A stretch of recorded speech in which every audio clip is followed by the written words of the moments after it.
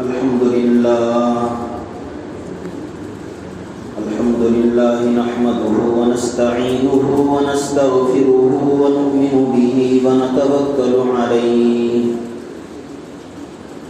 ونعوذ بالله من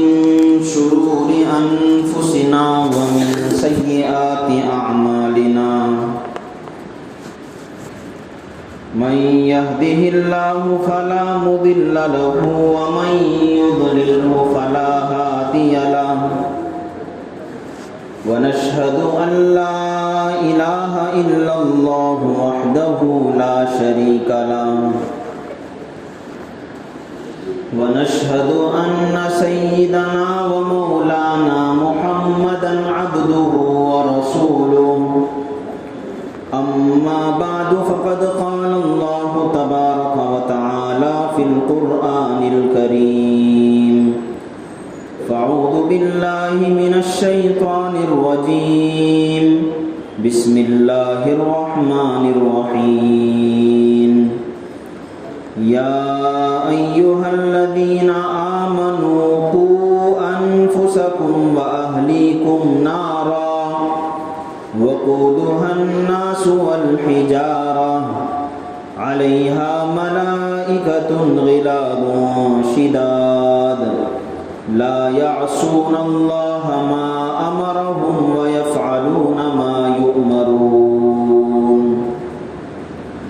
وقال النبي صلى الله عليه وسلم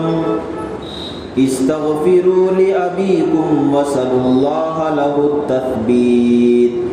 فإنه الآن يسأل أو كما قال عليه الصلاة والتسليم صدق الله العظيم وصدق رسوله النبي الكريم ونحن على ذلك لمن الشاهدين والشاكرين الحمد لله رب العالمين.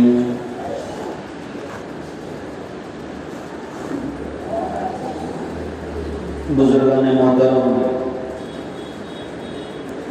عزیز نوجوان بھائیوں دوستوں،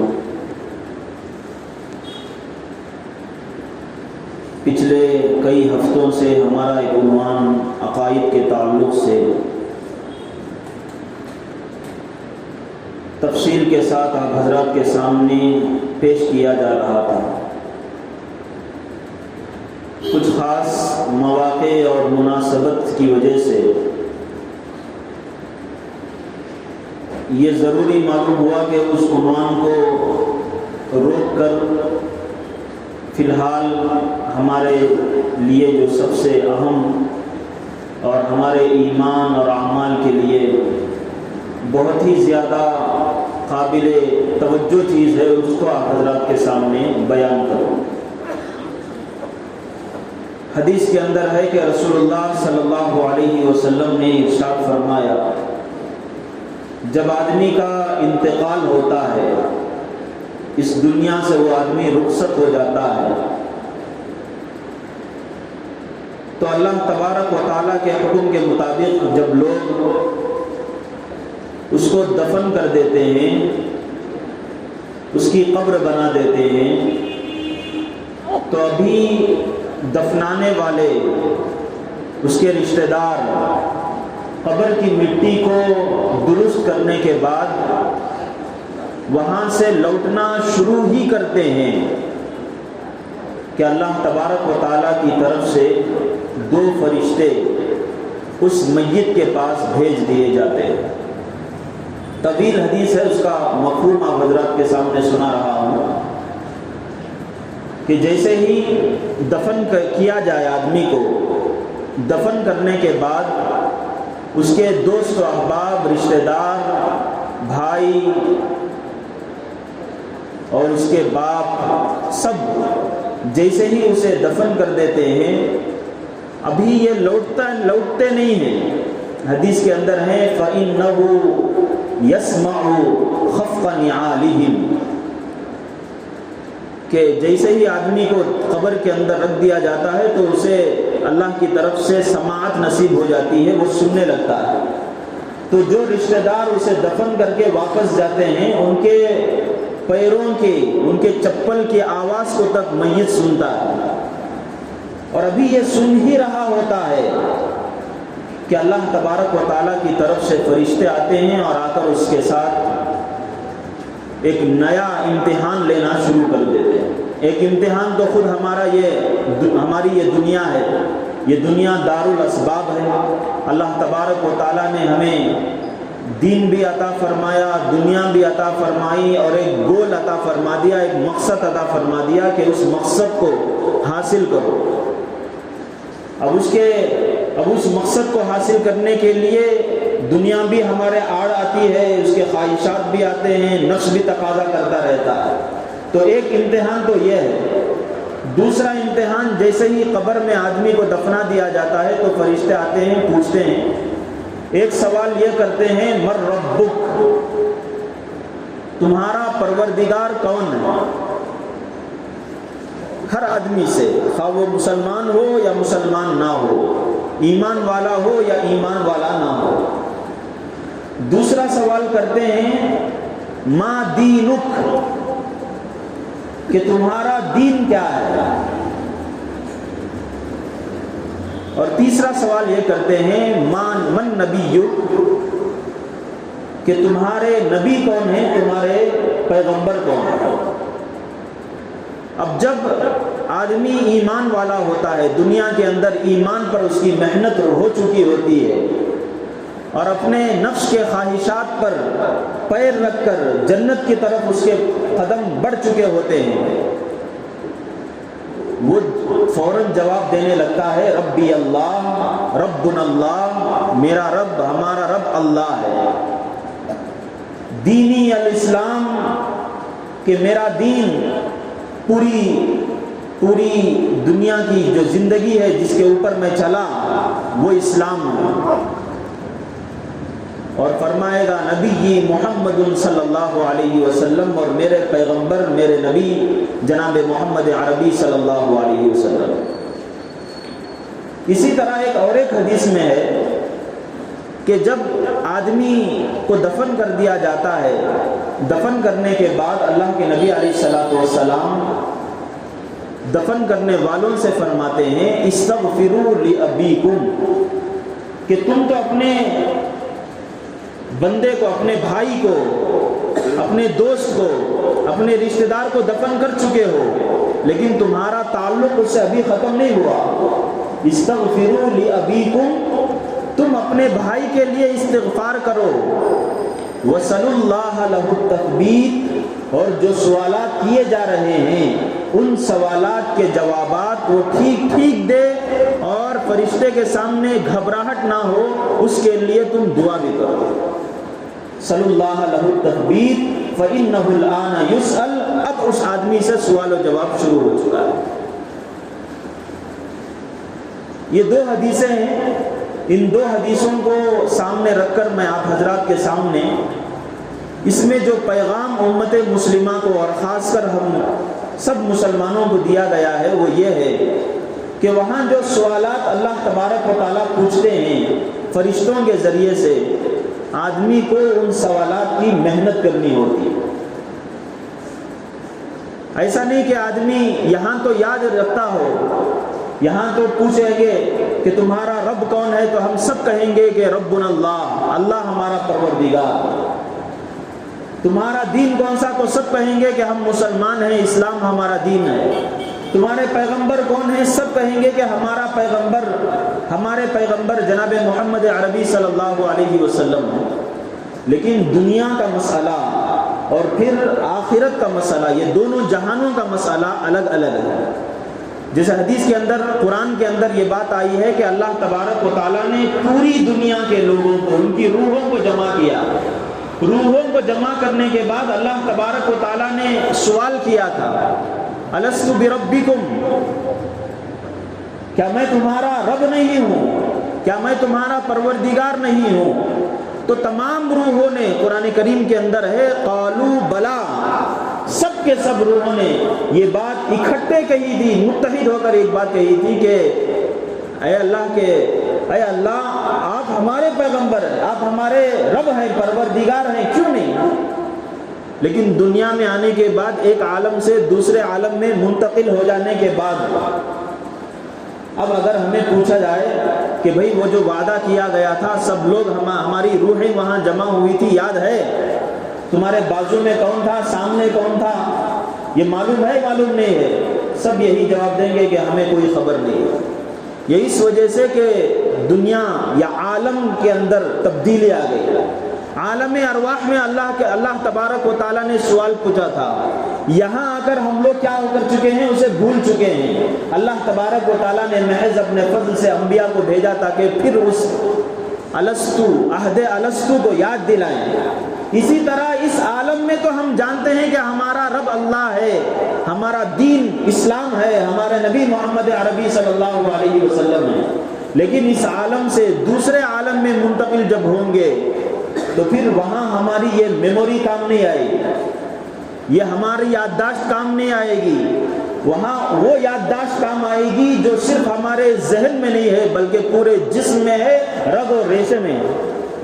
یعنی پورے رگ و ریشے میں اگر اسلام داخل ہو چکا ہو، ہمارا ایمان داخل ہو چکا ہو، اللہ تبارک و تعالیٰ پر یقین ہمارا مضبوط ہو چکا ہو، رگ رگ کے اندر وہ چیز داخل ہو چکی ہو، تب جا کر وہ اللہ کے سامنے کھڑے ہو کر، فرشتوں کے سامنے کھڑے ہو کر وہ کہہ سکتا ہے کہ ربنا اللہ، ہمارا پروردگار اللہ ہے۔ لیکن اللہ نہ کرے کہ اگر ہمارا ایمان مضبوط نہیں ہوا، ہمارے یقین کے اندر مضبوطی نہیں آئی، کمزوری ہے، ہمارے اعمال صالحہ نہیں بنے، تو پھر جب جائے گا تو اس وقت جب فرشتے پوچھیں گے، حدیث کے اندر ہے کہ اگر کوئی آدمی ایمان والا، کمزور ایمان والا جائے گا اور اس کا ایمان مضبوط نہیں ہوگا، جب اس سے پوچھیں گے کہ مر ربو کا، تو وہ آواز لگائے، چیخے مارے گا، شور کرے گا، آہ آہ لا ادری، اسے پریشانی لاحق ہو جائے گی، فرشتوں کے سامنے کہے گا کہ میں نہیں جانتا، لا ادری، میں نہیں معلوم۔ اب ہم غور کریں کہ اللہ تبارک و تعالیٰ نے جو زندگی ہمیں عطا فرمائی، کسی کو 60 سال، کسی کو 70 سال، اب اس میں آدمی اگر اپنے ایمان پر مضبوطی کے ساتھ جمع نہیں رہا اور اپنے اللہ تبارک و تعالیٰ کے عطا کیے ہوئے دین کو اپنے رگ و ریشے کے اندر نہیں اتارا، اپنے گھر کے اندر، اپنے کاروبار کے اندر، اپنے دل کے اندر، اور اسی طریقے سے اپنے جسم و جان کو اس کے تابع نہیں بنایا، تو پھر اس کے جب جائے گا وہ آدمی تو اللہ تبارک فرشتوں کے سامنے یہی کہے گا کہ لا ادری، مجھے کچھ نہیں معلوم۔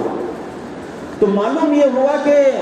اللہ تبارک و تعالیٰ ایک تقاضا ہمارے سے کر رہے ہیں، وہ تقاضا ان سوالات کے جوابات سے معلوم ہوتا ہے۔ ان سوالات میں ایک چیز یہ بھی ہے کہ اللہ تبارک و تعالیٰ فرشتوں کے ذریعے سے پوچھتے ہیں کہ تمہارا دین کیا ہے۔ یہ دین کے اوپر، اس دین کے سوال پر جواب وہی آدمی دے سکتا ہے جب وہ دین پر محنت کر چکا ہو۔ ایک بات اس طرف اشارہ دینا چاہ رہا ہوں۔ دوسری بات، صرف اپنی ہی فکر اللہ تبارک و تعالیٰ کے یہاں مطلوب نہیں ہے، آدمی کو اپنے ساتھ ساتھ، چونکہ یہ امت صرف اپنے حد تک کامیاب ہونے کے لیے نہیں آئی ہے، پوری دنیا کی فکر اور عالم کی فکر کے لیے اس امت کو بھیجا گیا ہے۔ تو آدمی صرف اپنے آپ کی فکر نہ کرے بلکہ دوسروں کی بھی فکر کرے۔ قرآن کریم کی جو آیت میں نے آپ کے سامنے تلاوت کی، اللہ تبارک و تعالیٰ فرماتے ہیں یا ایھا الذین آمنوا قوا انفسکم واہلیکم نارا، اے ایمان والو، قوا انفسکم واہلیکم، اپنے آپ کو بھی بچاؤ اور اپنے اہل و عیال کو بھی بچاؤ۔ یہاں پر یہ نہیں کہا اللہ تبارک و تعالیٰ نے اپنے آپ کو بچاؤ، بلکہ اللہ نے دو حکم فرمائے ہیں، ایک خود کو بھی بچاؤ، اہل و عیال کو بھی بچاؤ۔ کس سے بچاؤ؟ فرمایا نارن، جہنم کی آگ سے بچاؤ۔ معلوم ہوا کہ اللہ تبارک و تعالیٰ صرف ہمارے سے ایک چیز کا مطالبہ نہیں کر رہے، خود اپنی ذات کی فکر کرنے کے لیے اللہ تبارک و تعالیٰ اس دنیا میں ہم لوگوں کو نہیں بھیجے ہیں۔ اللہ تبارک و تعالیٰ ہم کو بھیجے ہیں، خود کی بھی فکر ہمیں کرنی چاہیے اور اپنے اہل و عیال کی بھی فکر کرنی چاہیے۔ اب یہاں اہل و عیال سے کیا مراد ہے؟ مفسرین لکھتے ہیں کہ یہاں اہل و عیال سے مراد صرف آدمی کے گھر والے نہیں ہیں، اس کے بیوی بچے نہیں ہیں، اس کے ماں باپ نہیں ہیں، ان تمام کے ساتھ ساتھ جن کے ساتھ اس کا ایمانی رشتہ ہے، جن کے ساتھ اس کا دینی تعلق ہے، وہ سب کے سب اس کے داخل ہیں۔ اور آدمی سے کل اسے اس سلسلے میں پوچھا بھی جائے گا کہ تم نے اپنے بھائی کے بارے میں تم نے کیا فکر کی؟ اللہ تبارک و تعالیٰ نے ایک ذمہ داری تمہیں سونپی تھی اور کہا تھا کہ امر بالمعروف نہی عن المنکر کا کام تمہیں کرنا ہے، خود بھی تمہیں دین پر چلنا ہے، اپنے بھائیوں کی بھی دین کی فکر کرنی ہے، اس کے اوپر تم نے کیا کیا؟ اللہ تبارک و تعالیٰ پوچھے۔ اور اس کی نزاکت بتانا چاہتا ہوں کہ اپنے بھائی کی فکر کے بارے میں اللہ تبارک و تعالی ہم لوگوں کو کتنا متوجہ کر رہے ہیں۔ صرف دنیا کی حد تک ہمیں فکر مند ہونا نہیں ہے کہ جب تک آدمی زندہ تھا اسے ہم نماز کی دعوت دے رہے تھے، اسے دین کی دعوت دے رہے تھے، دین پر جمنے کی بات اس کے سامنے کر رہے تھے، قرآن کریم کی تلاوت کی بات کر رہے تھے، خود اس کو لے کر امر بالمعروف نہی عن المنکر کے میدان میں لگ رہے تھے۔ اللہ تبارک و تعالیٰ کہتے ہیں کہ آدمی کا انتقال ہو گیا تب بھی اسے فکر کرنی ہے۔ جو حدیث میں نے خطبے میں پڑھی اس کے اندر اللہ تبارک و تعالیٰ، اللہ کے نبی علیہ الصلوۃ والسلام فرماتے ہیں کہ جب آدمی کا انتقال ہو گیا اور اسے لوگ، اس کے بھائی، اس کے رشتہ دار دفن کر کے چلتے رہتے ہیں تو اللہ کے نبی صلی اللہ علیہ وسلم نے فرمایا استغفروا لأبیکم، اپنے بھائی کے لیے مغفرت کی دعا کرو۔ یعنی جس کا انتقال ہو گیا وہ دنیا میں نہیں ہے، اس کی فکر اب بھی ختم نہیں ہوئی ہے۔ استغفروا لأبیکم، اپنے بھائی کے لیے استغفار کرو۔ وصلی اللہ لہ التثبیت، اور جو سوالات پوچھے جا رہے ہیں ان سوالات میں وہ تمہارا بھائی، رشتہ دار ثابت قدم رہے، مضبوط رہے، اس کے لیے اللہ کے پاس دعا کرو۔ یہ کیوں کہہ رہے ہیں؟ کہ اس لیے کہ اب آدمی اس سے بڑھ کر کچھ کام نہیں کر سکتا۔ آدمی قبر کے اندر انتقال ہو چکا تو باہر والے کیا کر سکتے ہیں سوائے دعا کے اور اللہ تبارک و تعالیٰ سے مانگنے کے؟ اور کوئی چیز اس کے ہاتھ میں نہیں ہے۔ اس لیے اللہ فرما رہے ہیں کہ اب اس کے لیے استغفار کرو اور اپنے بھائی کے لیے دعا کرو۔ لیکن جب تک دنیا میں ہے اس وقت کیا کرو؟ فرمایا قوا انفسکم واہلیکم نارا، کہ اپنے آپ کو بھی جہنم سے بچاؤ اور اپنے اہل و عیال، اپنے بھائی چارے کو، سب کو کیا کرو؟ جہنم سے بچانے کی فکر کرو۔ تو اس سے معلوم یہ ہوا کہ آدمی کو صرف زندگی ہی میں اپنے بھائی کی فکر کرنی نہیں ہے، اس کا انتقال ہو گیا تب بھی اس کی فکر کرنا آدمی کے اوپر لازم ہے۔ تو ان آیتوں سے ہمیں جو باتیں معلوم ہوئی خلاصے کے طور پر وہ یہ ہے کہ ہمیں اپنے ایمان کی بھی فکر کرنی ہے، اپنے دین کی فکر کرنی ہے، ہمارے اعمال صالحہ کے بارے میں فکر مند ہمیں ہونا ہے کہ ہمارے اعمال کیسے ہیں، ہمارے اعمال کیا رسول اللہ صلی اللہ علیہ وسلم کے طریقے کے مطابق ہیں یا نہیں ہیں، یہ بھی آدمی کو فکر کرتے رہنا چاہیے۔ اور اس کے ساتھ ساتھ صرف اسی فکر پر آدمی کو بس نہیں کرنا چاہیے، اپنے بھائیوں کے بارے میں فکر کرنا چاہیے، اپنے اہل و عیال کے بارے میں فکر کرنا چاہیے۔ اور اللہ تبارک و تعالیٰ نے ڈرانے کے لیے یہ فرمایا کہ یہ اس لیے اللہ تبارک و تعالیٰ فرماتے ہیں قوا انفسکم واہلیکم نارا، کہ جہنم کی آگ سے بچو، اس لیے کہ جہنم کی آگ ایسی ہے کہ وقودها الناس والحجارہ، کہ اس کا جو ایندھن ہے، یعنی جسے کولسا کہتے ہیں، جسے آگ تیار کی جاتی ہے، وہ لکڑی نہیں ہے۔ دنیا کی آگ کو جلانے کے لیے لکڑی کام آتی ہے۔ اللہ تبارک و تعالیٰ فرماتے ہیں وقودها الناس والحجارہ، جہنم کا جو ایندھن ہے وہ لوگ ہیں اور پتھر ہیں۔ لوگوں کو جلا جلا کر، جہنمیوں کو جلا جلا کر، پتھروں کو جلا جلا کر اللہ تبارک و تعالیٰ اس آگ کو بھڑکاتے ہیں۔ اور پھر اللہ نے فرمایا علیہا ملائکۃ غلاظ شداد، کہ یہ جو جہنم کی آگ ہے ایسی خطرناک آگ کہ اس پر ایسے فرشتے اللہ نے مسلط کر رکھے ہیں، ایسے فرشتوں کو کام میں اللہ تبارک و تعالیٰ نے لگا دیا ہے کہ وہ فرشتے غلاظ شداد، دو ان کی کوالٹیز بیان کی، دو خصوصیتیں، دو کمالات۔ ایک کیا غلاظ، غلاظ کہتے ہیں عربی زبان میں، اس کا ترجمہ ہمارے یہاں کی دکنی زبان میں کرنا ہے تو جیسے ہم کہتے ہیں کہ یہ آدمی بہت ورٹ، یعنی ذرہ برابر بھی اس کے دل کے اندر رحم نہ نہیں، بے رحم انسان، ورٹ انسان جسے کہتے ہیں۔ اللہ تبارک و تعالیٰ کہتے ہیں کہ ایسے فرشتوں کو میں جہنم پر مسلط کیا ہوں جو سخت ہوں گے، ذرہ برابر بھی ان کے اندر رحم دلی نہیں ہوگی، اور شداد، طاقت کے اعتبار سے بھی زبردست، طبیعت کے اعتبار سے، مزاج کے اعتبار سے بھی سخت، رحم دلی بالکل نہیں۔ اور دوسرا یہ کہ قوت بھی خطرناک، ایک ہی مرتبہ 100 جہنمیوں کو اٹھا کر پٹکنے والے، حدیثوں کے اندر آیا۔ تو ایسے فرشتے اللہ نے فرمایا کہ ایسے رکھے ہوئے، اور ایسے خطرناک فرشتے اور ان کی ایسے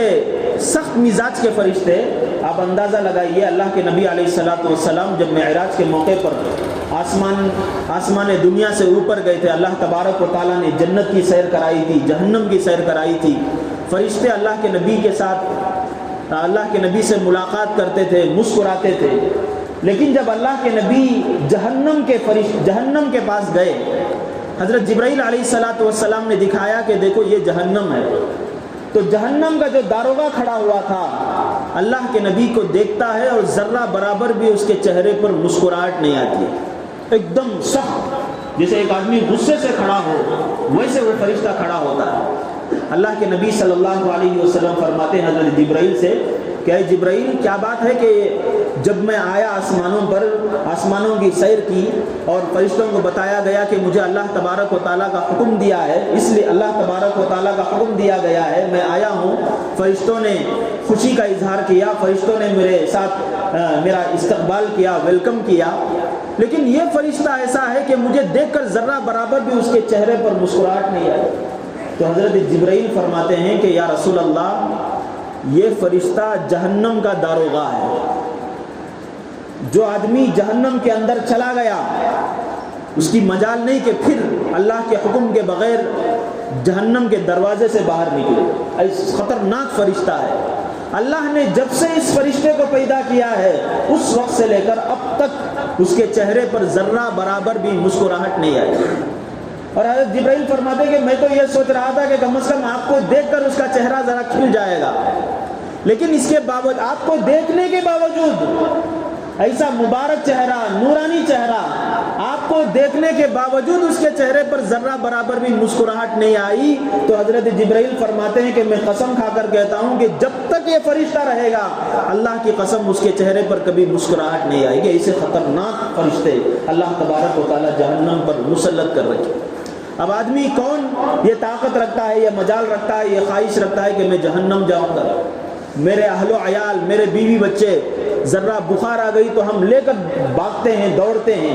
لیکن اللہ تبارک و تعالیٰ نے ایسی خطرناک جہنم کی آگ بنائی ہے تو کس کی مجال ہے کہ اس طرف جانے کی بھی سوچے، خیال کرے۔ تو معلوم یہ ہوا کہ اللہ تبارک و تعالیٰ نے ہمیں اس دنیا کے اندر جو بھیجا ایک خاص مقصد کے تحت بھیجا۔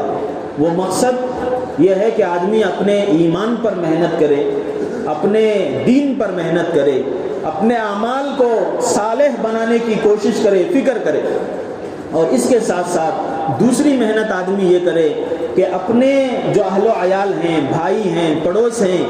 ان لوگوں کو بھی اس بات کی فکر دلائیں کہ ایمان کیسی چیز ہے، دین کیسا زبردست مذہب ہے، جہنم کا عذاب کیسے ہے، جہنم کے فرشتے کتنے خطرناک۔ اسی چیز کو انبیاء علیہم السلام جب آتے تو اسی فکر میں رہتے تھے۔ انبیاء جب آتے تو ان کے دو دعوتیں ہوتی تھی، ایک ان کی دعوت ہوتی تھی غیر مسلموں کو مسلمان بنانے کے سلسلے میں، اور دوسری دعوت ان کی یہ ہوتی تھی، دوسری فکر یہ ہوتی تھی کہ جو لوگ مسلمان بن چکے ہیں ان کے اندر ایمان کی مضبوطی آ جائے، ان کے اندر اعمال جو ہیں وہ ایسے مضبوط ہو جائیں کہ دنیا کا کوئی بھی مسئلہ ان کے سامنے آ جائے، نفس کا تقاضا جتنا بھی خطرناک ان کے سامنے آ جائے، وہ اس کے سامنے ہار نہ مانے، شکست نہ کھائے۔ تو اللہ کے نبی تمام انبیاء، تمام پیغمبر جو آتے تھے وہ اس کام کے واسطے آتے تھے کہ 2 دعوتیں کرنی ہے. ان میں سے ایک دعوت یہ ہے کہ اپنے جو مسلمان ہو چکے ہیں، جو مسلمانوں کے گھروں میں پیدا ہوئے ہیں، ان کے بھی دین و ایمان کی فکر کرے. اسی فکر کو اللہ کے نبی کے جانے کے بعد صحابہ میں یہ فکر منتقل ہوئی. صحابہ کے بعد جو بھی اس راستے پر چلے ان کے اندر یہ فکر منتقل ہوتی گئی، یہاں تک کہ آج یہ فکر منتقل ہوتے ہوئے آئی ہے. اور یہ جتنے دین کے کام چل رہے ہیں، جتنے دعوت کے کام ہو رہے ہیں، جتنے تبلیغ کے کام ہو رہے ہیں، یہ اسی فکر کا نتیجہ ہے. یہ مدارس اسلامیہ ہے، اسی فکر کا نتیجہ ہے. یہ جمعہ کے بیانات ہے، اسی فکر کا نتیجہ ہے. اور اسی طریقے سے جو بھی کہیں پر قرآن کے حلقے لگتے ہیں، احادیث کے حلقے لگتے ہیں، کہیں پر گشت ہوتا ہے، کہیں پر جماعتوں میں نکلنے کی گزارش کی جاتی ہے، انہیں تشکیل کیا جاتا ہے، تو اسی فکر کا نتیجہ ہے. اور اس فکر کا پورا خلاصہ یہی ہے کہ آدمی اپنے ایمان کو مضبوط کرے اور اپنے اعمال صالحہ کو مضبوط کرے. اعمال اس کے نیک ہو جائیں، زبردست ہو جائیں. دنیا کا کوئی تقاضا، نفس کا کوئی تقاضا اس کے اعمال کو فاسد بنانے یا اسے اعمال کو باطل کرنے میں کامیاب نہ ہو سکے. یہی فکر لے کر امت محمدیہ کے اندر بہت سارے لوگ اکٹھا ہوتے ہیں. اور اللہ تبارک و تعالیٰ یہی چاہتے ہیں، اور اللہ کی سنت یہی ہے کہ کچھ لوگ ایک دین کے مشن کو لے کر کھڑے ہوں، دعوت کے مشن کو لے کر کھڑے ہوں، اور لوگوں کو صحیح راستے کی طرف لوگوں کو ترغیب دیتے رہیں. اسی فکر کے نتیجے میں مختلف کوششیں جیسے کہ میں نے کہی ہوتی رہتی ہیں. انہی میں سے ایک کوشش اور زبردست کوشش یہ ہے کہ جماعتوں کے اندر، دعوت و تبلیغ کے اندر لوگوں کو نکالا جاتا ہے تاکہ وہ گھر کی مشغولیات سے نکل کر دین میں، اپنے ایمان میں مضبوطی پیدا کریں، اپنے اعمال کو سدھارنے کی کوشش کریں. اور اسی کے لیے ہمارے بڑوں نے کئی ساری محنتیں کی ہیں. یہ گشت میں نکلنا جو ہوتا ہے، جماعتوں کے اندر چلنا پھرنا جو ہوتا ہے، یہ سب چیزیں اسی کے لیے ہوتی ہیں. اور انہی کوششوں اور انہی محنتوں کا ایک مظہر یہ ہے کہ سال میں ایک مرتبہ، 2 سال میں ایک مرتبہ باقاعدہ طور پر پورے مسلمانوں کے اندر اسلام کی ایک اجتماعی روح پھونکنے کے لیے، ان کے اندر ایمان اور اعمال کی مضبوطی کو پیدا کرنے کے لیے، ان کے اندر ذرا حرکت پیدا کرنے کے لیے، جنبش پیدا کرنے کے لیے اجتماعات منعقد کیے جاتے ہیں. اور باقاعدہ وہاں بڑے بڑے لوگ آتے ہیں جنہیں اللہ تبارک و تعالیٰ نے ایمان کی مضبوطی عطا کی ہو، اور پھر وہاں لوگوں کے سامنے ایمان کی بات کی جاتی ہے، اعمال صالحہ کی بات کی جاتی ہے، دین کی فکر دلائی جاتی ہے. اپنے بھائیوں اور اپنے اہل و عیال کے اندر دین کو مضبوط کرنے کی کوششیں ان کے سامنے لائی جاتی ہیں، اور تمام لوگوں کے اندر دینداری اور ایمانداری پیدا کرنے کی کوشش کی جاتی ہے. اور آپ لوگوں نے محسوس کیا ہوگا، آپ کے گھروں تک ہمارے دعوت و تبلیغ کے بھائی آئے ہوں گے اور آپ کو کبھی گشت کی دعوت دی ہوگی، اور اسی طرح کبھی آپ کو جماعتوں میں چلنے پھرنے کی دعوت دی ہوگی. تو اسی فکر کو آپ لوگوں کے اندر پیدا کرنے کے لیے، ہم سب لوگوں کے اندر پیدا کرنے کے لیے کوششیں ہو رہی ہیں. اور اس کے لیے باقاعدہ طور پر ہمارا یہاں ایک اجتماع منعقد ہونے والا ہے اس پورے حلقے کا. چونکہ ایک نظام ہے، ایک سسٹم ہے، آدمی ایک نظام اور ایک سسٹم کے مطابق چلے گا تو دین کے کام کو مضبوطی کے ساتھ کر سکے گا، ایک منظم انداز سے کر سکے گا. تو اس کے لیے اجتماع منعقد کیا گیا ہے. بنگلور کے کئی سارے زون بنائے گئے ہیں، اور ہمارے اس حلقے کا اجتماع 6 اور 7 جنوری کو انشاءاللہ اتی میں وہ TVS فیکٹری کے پاس لگے گا. تو آپ حضرات اس بات کی کوشش کریں کہ ہم سب وہاں اس اجتماع میں شریک ہوں گے، اور اس جذبے کے ساتھ شریک ہوں گے کہ ہمیں اپنے ایمان کی فکر کرنی ہے اور کوئی فکر نہیں. انشاءاللہ آئندہ جمعہ میں اسی عنوان پر میں کلام یہ بھی کروں گا کہ ہمیں جائیں گے تو کن آداب کے ساتھ ہمیں جانا چاہیے، اور وہاں جا کر کیا کرنا چاہیے، یہ بات میں تفصیل سے انشاءاللہ لاؤں گا. لیکن آدمی کو ابھی سے ایک طلب اس کے اندر پیدا ہونی چاہیے، ایک کوشش اس کے اندر پیدا ہونی چاہیے. وہ ابھی سے دعائیں کرنا چاہیے کہ میں اپنے دین کو مضبوط کرنے کے لیے اب تو میں تیار ہو جاؤں گا. میرے ایمان کو میں مضبوط کرنے کے لیے اب مجھے اللہ تبارک و تعالیٰ کئی سارے مواقع عطا کرتے رہتے ہیں، ان میں سے ایک موقع اللہ تبارک و تعالیٰ مجھے عطا کر رہا ہے، میں اس کے اندر جڑ کر میں اپنے ایمان کی فکر کرنے لگوں گا، میرے دین کی فکر کرنے لگوں گا، میں اپنے بھائیوں اور اپنے اہل و عیال کی فکر کرنے لگوں گا، میں اپنے باپ کی فکر کروں گا، میں اپنی اولاد کی فکر کروں گا، میں اپنے بھائیوں کی فکر کروں گا، میں اپنے پڑوسیوں کی فکر کروں گا۔ اسی کے لیے کوششیں ہو رہی ہیں اور انشاءاللہ یہ کوششیں تا قیامت ہوتی رہیں گی، اس لیے کہ اللہ تبارک و تعالیٰ نے جس طرح نبی علیہ الصلوۃ والسلام کو اس امت کے لیے مبعوث فرمایا ہے، اسی طریقے سے اللہ تبارک و تعالیٰ نے اس پوری امت کو پورے عالم کے لیے اللہ تبارک و تعالیٰ نے منتخب فرمایا، ایک ذمہ داری اللہ تبارک و تعالیٰ نے عطا فرمائی ہے۔ تو اس لیے ہم لوگ کوشش کریں اور اپنے ایمان کو مضبوط کرنے کی فکر کریں اور اس جذبے کے ساتھ اجتماع میں شریک بھی ہوں، اور اسی طریقے سے اس کی جو کوششیں وہاں جمع ہونے کے لیے، اور الحمدللہ ہفتہ اتوار کے دن وہ جو اجتماع ہے درمیان میں نہیں ہے، ویکینڈز میں رکھا گیا ہے تاکہ لوگوں کو جمع ہونے میں آسانی ہو جائے، تو وہاں شریک ہوں، اور شریک ہونے کی نیت آدمی کی یہ ہو کہ ہمارا ایمان مضبوط ہو جائے، ہمارے اعمال نیک سے نیک ہو جائیں، اور اللہ تبارک و تعالیٰ اس ایمان اور دین کے لیے ہماری جو کوششیں ہو رہی ہیں، جو اجتماعات ہو رہے ہیں، ان سب کو اللہ تبارک و تعالیٰ قبول فرمائیں، اور اس کے لیے ہمیں شرکت کرنے اور اس کی صحیح روح کو، صرف شرکت کرنا مقصود نہیں ہے، اس کی روح کو، اصل روح کو حاصل کرنا ہمارے لیے اللہ تبارک و تعالیٰ آسان بنائیں۔ اللہ تبارک و تعالیٰ ان کہی ہوئی باتوں پر ہم سب کو عمل کرنے کی توفیق عطا فرمائیں۔ وآخر دعوانا الحمدللہ رب العالمین۔